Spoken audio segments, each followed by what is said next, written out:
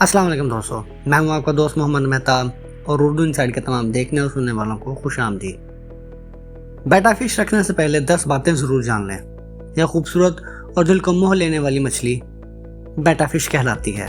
अगर आप इसे अपने एक्वेरियम में लाने का सोच रहे हैं तो रुक जाएं।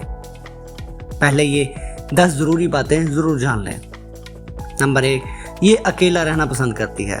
बेटा फिश को फाइटिंग फिश भी कहा जाता है क्योंकि ये अक्सर दूसरी मछलियों से लड़ पड़ती है। इसे अलहदा रखना ही बेहतर होता है। नंबर 2, पानी का दर्जा हरारत। ये मछली गर्म पानी को पसंद करती है। दर्जा हरारत 24 से 28 डिग्री सेंटीग्रेड के दरमियान होना चाहिए। नंबर 3, एक्वेरियम के साइज़। अक्सर लोग इसे छोटे बोल में रखते हैं जो कि गलत है। कम से कम 5 गैलन तकरीबन 20 लीटर पानी दरकार होता है ताकि ये आज़ादाना तैर सके। नंबर 4, फ़िल्टर और हीटर की ज़रूरत। अगर आप चाहते हैं कि बेटा फिश सेहतमंद रहे तो फ़िल्टर और हीटर ज़रूर इस्तेमाल करें क्योंकि इसकी ज़िंदगी को लंबा करता है। नंबर 5, खाने की मिकदार और मेयार।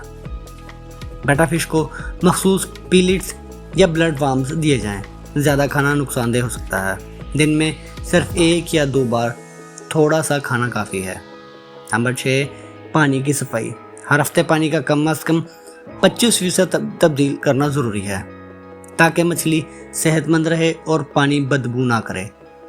नंबर 7, एक सेहतमंद बेटा फिश 3 से 5 साल तक ज़िंदा रह सकती है। कुछ अच्छे ख्याल रखने वाले मालकान की मछलियाँ 7 साल तक भी ज़िंदा रह रही हैं।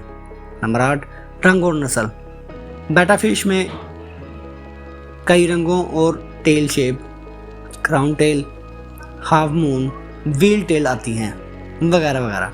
आप अपनी पसंद के मुताबिक इंतखाब कर सकते हैं। नंबर 9, नींद और रोशनी। जी हाँ, बेटा फिश सोती भी है। दिन भर की रोशनी के बाद रात को इसके लिए अंधेरा रखना ज़रूरी है। नंबर 10, ये मछली ज़हीन भी होती है। जी हाँ, वक्त के साथ साथ ये आपको पहचानने लगती है और कभी कभी आपके हाथ से खाना भी खाती है।